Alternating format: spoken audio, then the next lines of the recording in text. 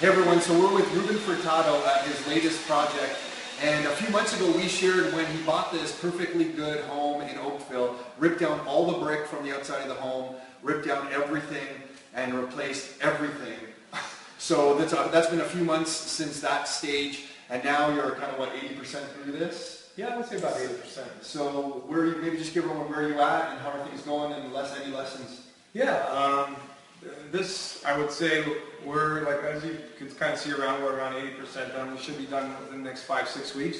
The original goal was to try to get done by June 1st. Knew that was super ambitious.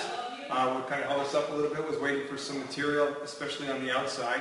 So we kind of slowed down a little bit on the inside with some additional details. But we're really happy with the way it's turning out. It's pretty much identical to what we originally envisioned. So compared to your last project, are the lessons compounding? Are you able to do this a lot faster now? Yeah, absolutely. The last project, it was a year and a half almost to get to the stage where we are now. The difference is the last project, the house was almost 3 times the size. This time, even though it's smaller, it was probably more work because we can condense everything within such a short period of time. But what made it really difficult was the deconstruction.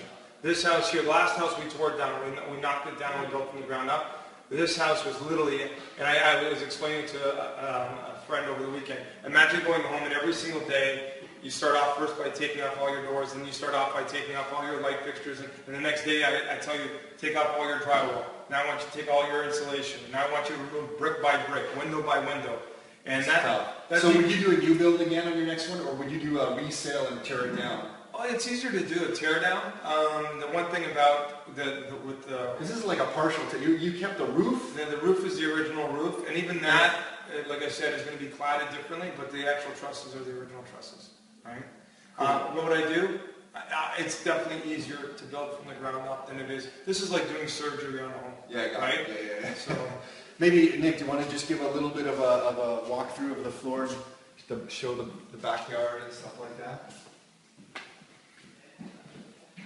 So there's not a single piece, there's not a single drywall screw, a single piece of drywall, a single piece of electrical wire, plumbing, anything that's original in this house.